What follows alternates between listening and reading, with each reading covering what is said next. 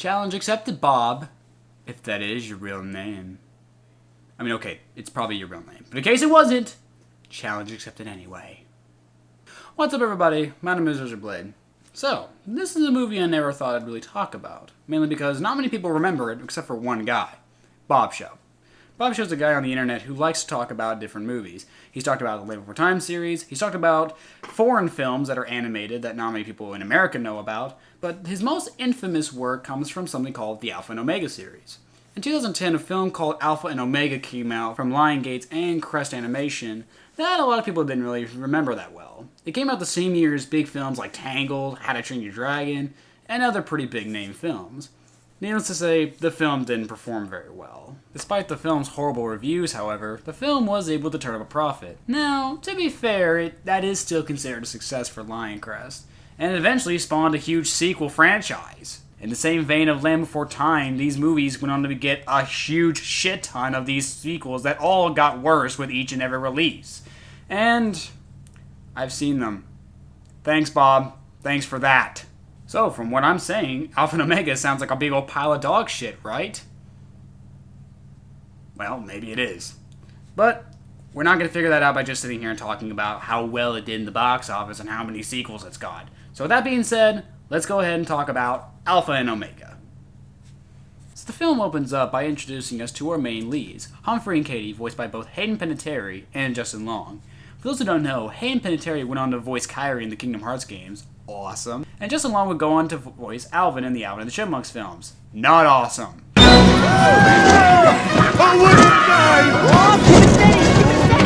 And here we see the first problem that plagued these Alpha and Omega films. The animation is pretty bad. I mean, for TV quality, it's alright. It's passable, but man, this was a theatrical release. This film went in theaters with somebody looking at this and thinking it was okay. And honestly, someone needs to get smacked with a fish.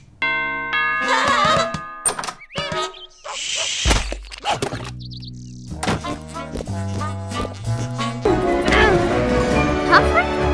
Kate?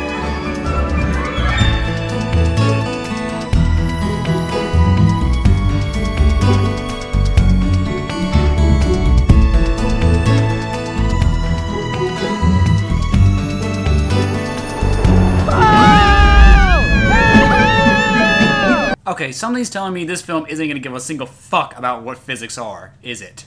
Along with that, but they've been flying forever, long enough to have this entire conversation. Again, what the fuck are physics? I know you're Kate's friend, Humphrey, but by next spring, she will be a trained alpha, the future leader of the pack. Okay, this is probably nitpicking, but was there an earlier draft of this film where this guy was Humphrey's dad? It's made pretty clear late in the film that Katie gets her looks from her mother, but damn, this guy looks a lot like Humphrey, doesn't he? Like, point for point, he could totally be Humphrey's dad. I mean, okay, like I said, this is probably nitpicking, but it just makes me think of some really weird incestuous shit going on in the wolf den. Oh. Alphas and Omegas can't make... how do you say it? They can't make cupcakes? They can't make wallets? What? What can't they make? What can't they make?! So we find out that Kate is going to somewhere called Alpha School in order to become something called an Alpha, which in the Wolf Society is someone who's meant to be a leader, while Humphrey is going to become something called an Omega, which is meant to be more of a class clown sort of job. So, quick question, how do these rules work? Is this like ants where they're just picked at birth? Or is it by personality? So after winter's passed, Kate has finally come back from Alpha School and become a fully trained Alpha. But we see that not only has she come back from Alpha School, she's come back from the League of Assassins, being able to do parkour, front flips, and basically have godlike abilities, apparently. So apparently the reason why the hunt failed is because two other wolves from another pack called the Eastern Pack intervened in the hunt, and this leads to a bit of a brawl. But what stops the violence? More violence, of course! I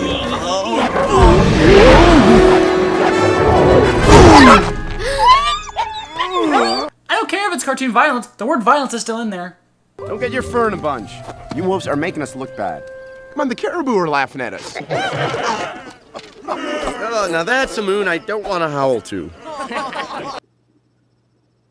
Yeah. This is the kind of jokes we're working with, people.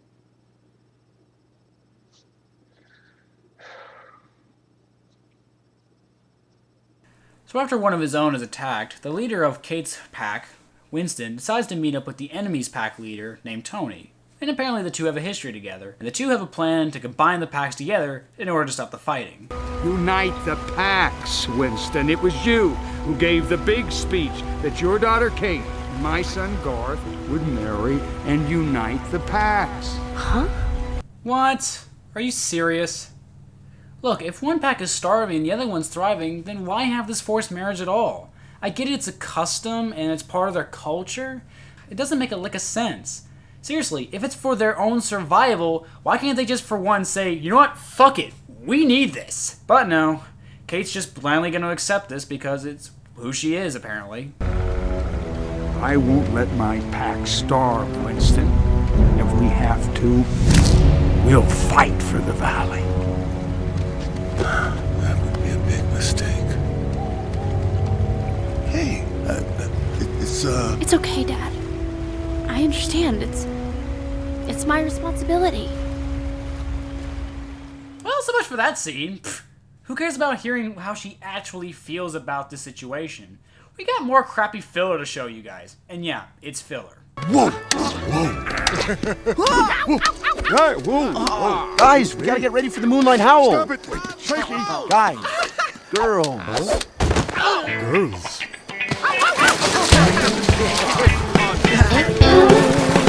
So while Humphrey and his friends get ready for the moonlight howl, we see Kate getting ready for the ball herself in order to meet Garth. And along the way, we also meet Kate's mother, who is, in my opinion, the best part of the movie. Now, if Garth gets out of line, take those beautiful teeth of yours, go for the throat, and don't let go until the body stops shaking. I love this woman. So we cut on ahead to the moonlight howl, where we find that the wolves are now howling along with their respective mates.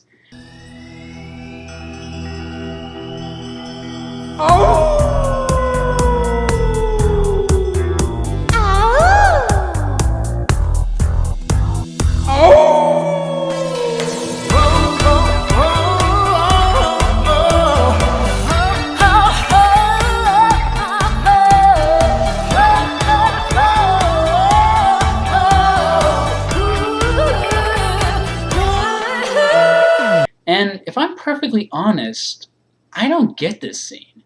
Okay, what do I mean by that? Well, I heard from Bob that the music in this film was pretty good. Well, the orchestration is pretty nice, for what it's worth. But the music itself? I hate it. I'm sorry, I fucking hate it. I'm sorry, okay? This may be a bit biased, but I just really can't stand radio pop music. And that's exactly what this is. They're not using words, they're just saying oh all the time. It sounds annoying, and the way they're dancing with each other just makes me feel sick. Okay? Like I said, I may be being biased, but I don't fucking care. This is shit. I hate it. So I hope you guys don't mind. Throughout these entire musical scenes, which there's only 2, thank God, I'm going to blare a bunch of death metal for you guys. Enjoy.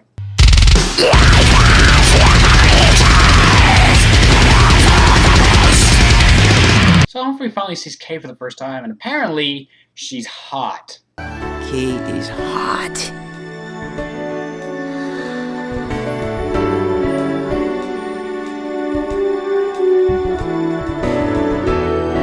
Whoa, Humphrey, at least take me to dinner first. Ah! You're not allowed to howl with her. She's an alpha. We can eat together. But we can't, howl together. Since when did wolf packs have Jim Crow laws? That's a little offensive. Guys, I know. I was just kidding. Cheer up, buddy. You still got us. And who are you 3 exactly? Do you even have names? Are you even real? Am I real? Is all this real? Oh God, I'm having an existential crisis. Help me! So with Kate arriving at the Moonlight Howl, we finally meet Garth, the character we've been building up to for the last couple of minutes. We'll know when we see him. Hey, Kate! Good to see you. Humphrey! Oh, my butt! My butt! Wow, that really hurt. You should really do something about that cough. Be careful, Kate. There's something going around. Yeah, this is our main character, guys. He's the hero we're supposed to be rooting for. Instead, he's an asshole. Seriously, what the hell is up with this guy? I mean, I get that he's a little jealous and everything like that, but there's no need to go around and start doing this, shaking your ass in front of some random guy's face. And we later find out that Garth is actually a pretty nice guy, so yeah. So, despite Garth's perfection, he does have one major flaw, however.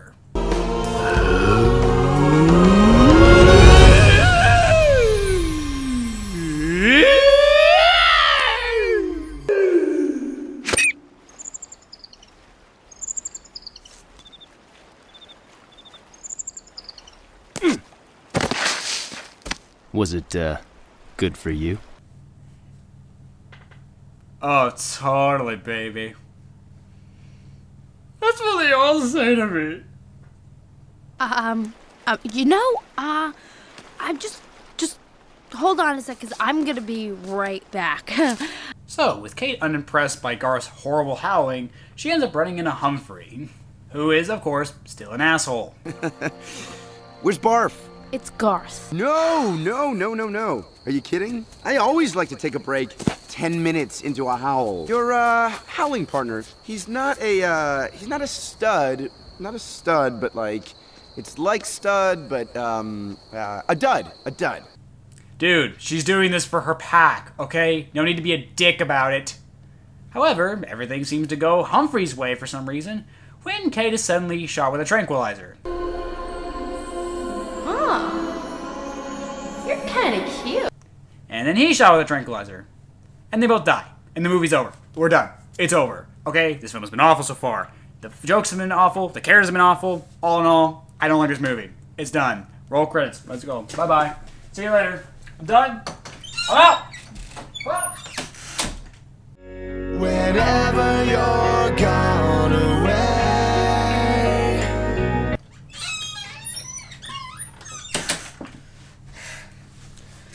Alright, the movie's not over, but they do get tranquilized and they're forced to go to another park.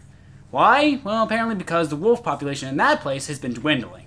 So, that being said, let's move on. Set him free. Look at him go! So, after being relocated to Idaho, they meet a duck and a goose playing golf and try to ask for directions.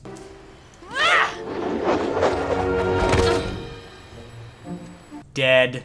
Yeah, I don't care if she's an alpha, she's fucking dead.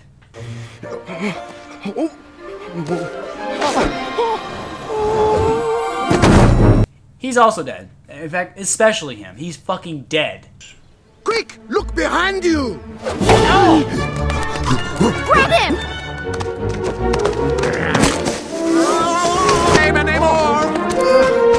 God, if I point out all the physics bullshit throughout this film, we're gonna be here all fucking night. Look out for the...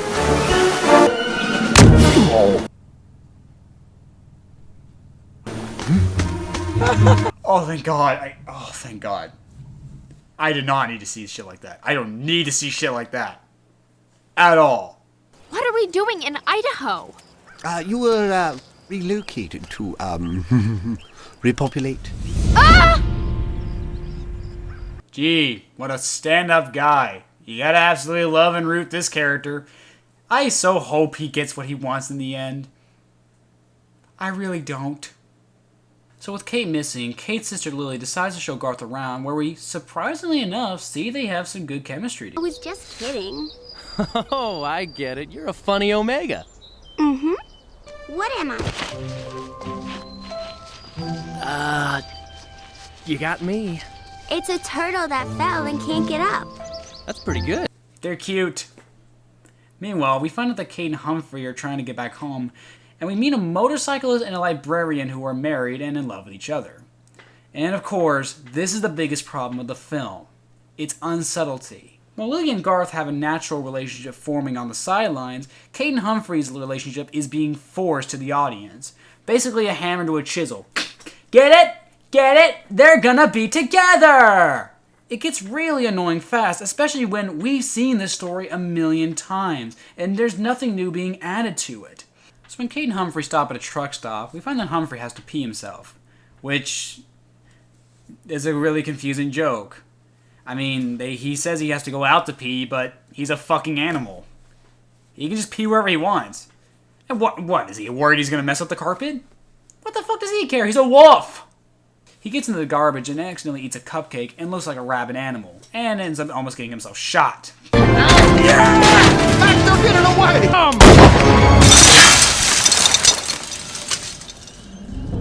Oh, nicely done, Mac. Yeah, and now those damn liberals are gonna think we're killing innocent animals, when truth be told we're defending our place of business.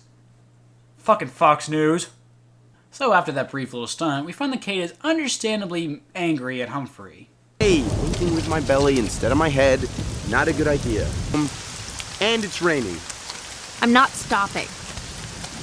Rain, rain, go away. Get out of here, rain. No one wants What are you around. you doing? It's a rain dance to stop it from raining. I think it's official. This film has officially given up.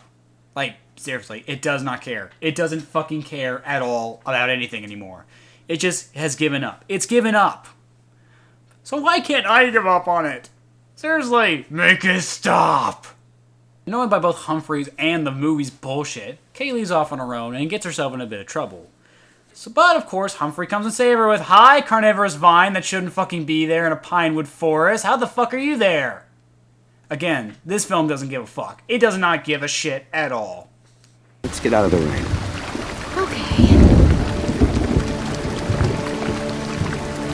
Thank you. It's his fault you got in trouble in the first place. Humphrey's an asshole. Ging, ging, ging, ging, ging. You get it yet? Ding, ding, ding, ding. They're gonna be together in the end. Ding, ding, ding, ding. So Kate and Humphrey now have to crow across a mountain in order to find a train that will lead them all the way to Jasper. Meanwhile, Lily and Garth are again hanging out and again showing pretty good chemistry. 1, 2, 3!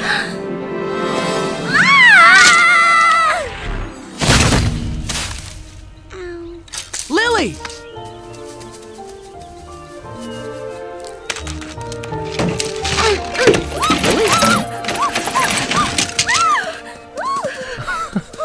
A turtle, right? I told you, I don't hunt.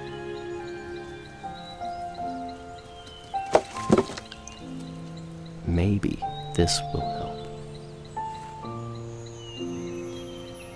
Wow. Wow, what? Your eyes. They're beautiful.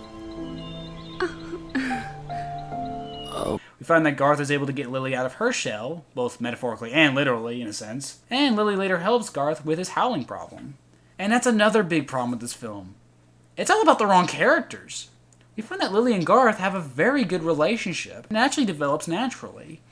Meanwhile, Kate and Humphrey's development is forced and rushed. We know in the first 5 minutes that Kate and Humphrey are going to end up together, while here, anything can go. Anything can happen, and we don't know what'll happen. And plus, if you're going for the Romeo and Juliet thing, then why not use them? They're both from different packs, and plus, they're also breaking the Omega and Alpha rule. So again, why not them? Kate and Humphrey are boring, bland slates. They have no personality, aside from, I gotta get home and I'm an asshole. These characters actually are characters. So what the hell, movie? I like these characters. Fuck Kate and Humphrey. I want these characters to get their own movie. Why do I feel like they won't? So when Kate and Humphrey crossing the mountain, Humphrey runs into a baby bear, and of course pisses off its mother. And we get a really, really, really stupid fight scene that goes absolutely nowhere, has little to no tension whatsoever, mainly because of this.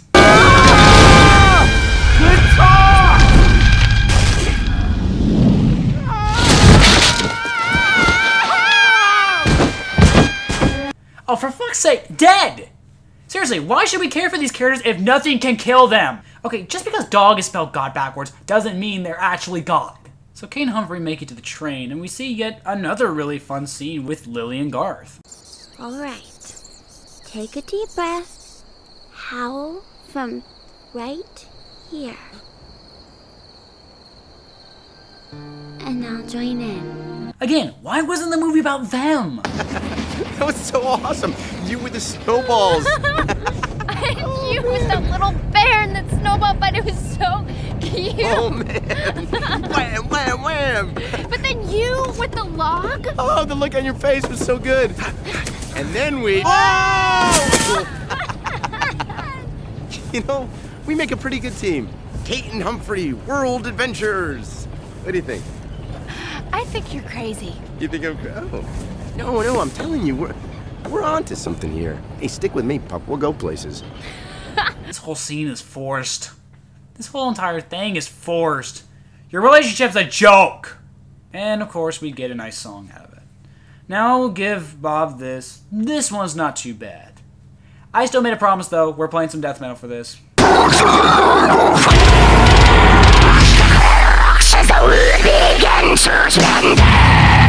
But yeah, the point is that Alpha and Omegas howl together, and they're breaking all the rules, and this gets them both in trouble. Dad. Howling with an Omega, are we? I was just... Get with the others. What's going on? We're going to take the valley. And our caribou.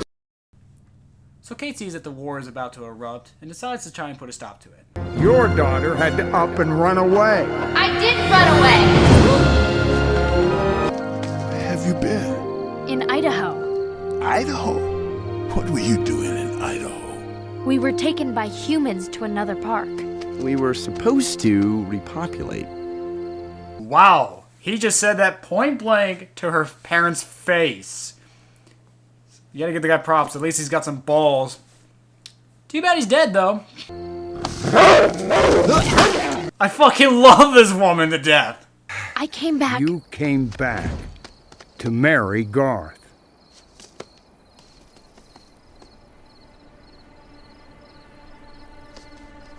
Yes. And unite the packs!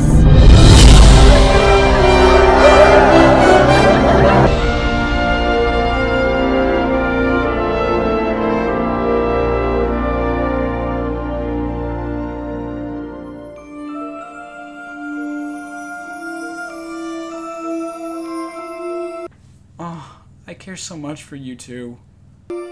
Mary? Oh, not you! So with Kate marrying Garth, Humphrey decides to leave because he can't bear to see the woman he loved marry someone else. Even though we all know how the movie's gonna end. Yeah. Fuck it. However, big shocker, Kate can't go through with the marriage after all.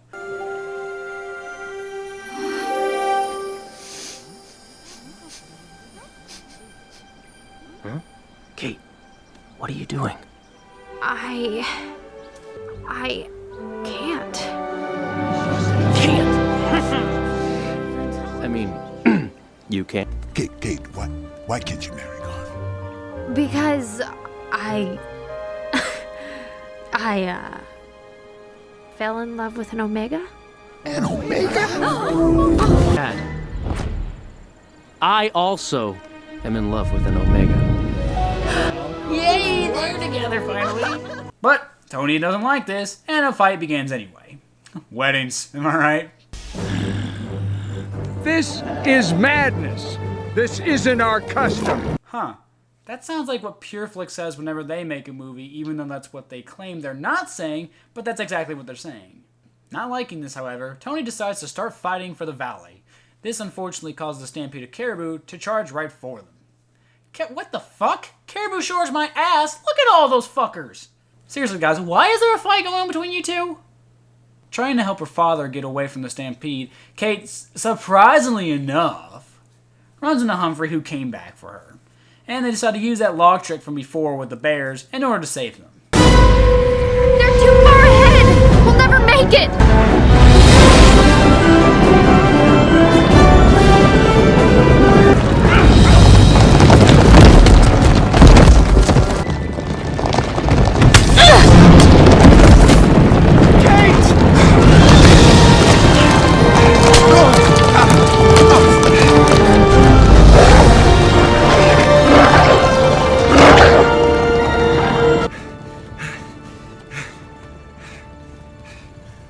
Kate. Kate. Oh gee, Kate must really be dead. I cared so much for her one-trait personality and character.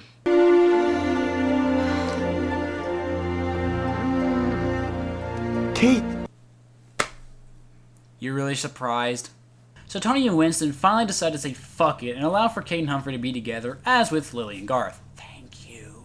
So they all go up to the mountain, they all howl, they all sing, they all dance, they all do whatever the fuck you do in a happily ever after, and that's the end of the film. And that was Alpha and Omega. By no means an awful movie, but definitely 100% a bad one. The animation is alright for a TV grade film, but for a theatrical release like this one got, it's pretty bad.